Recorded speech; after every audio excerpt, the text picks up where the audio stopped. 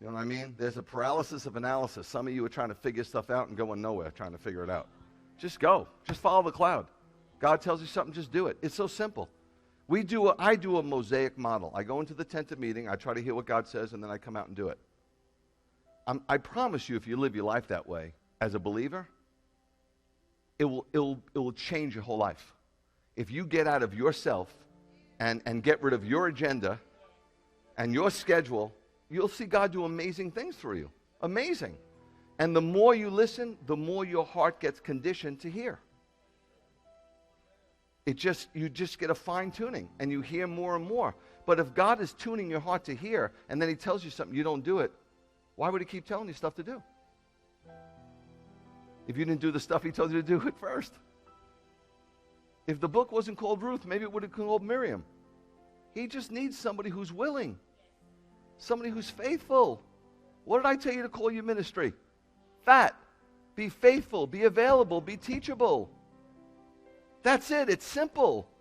God's not depending on you. You really think if you drop dead, God's going to go, uh-oh. Gabriel, Michael, we need to have an emergency meeting ASAP. Guess who's gone? What are we going to do? Look, he loves you, but you're not that important. You're not the only picture on his refrigerator up in heaven. Trust me.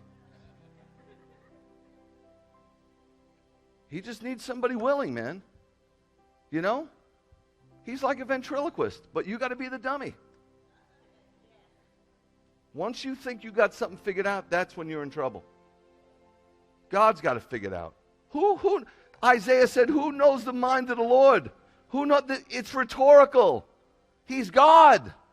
And then the great apostle Shaul said, who knows that you just repeated what Isaiah says? And he was brilliant. Listen, Paul was brilliant, like a 160 IQ, off the charts. Gamaliel studied under Hillel. In Judaism, Hillel is one of the greatest rabbis, bar none. His top student was Gamaliel. We see it in the New Testament. Gamaliel was looking for a top student.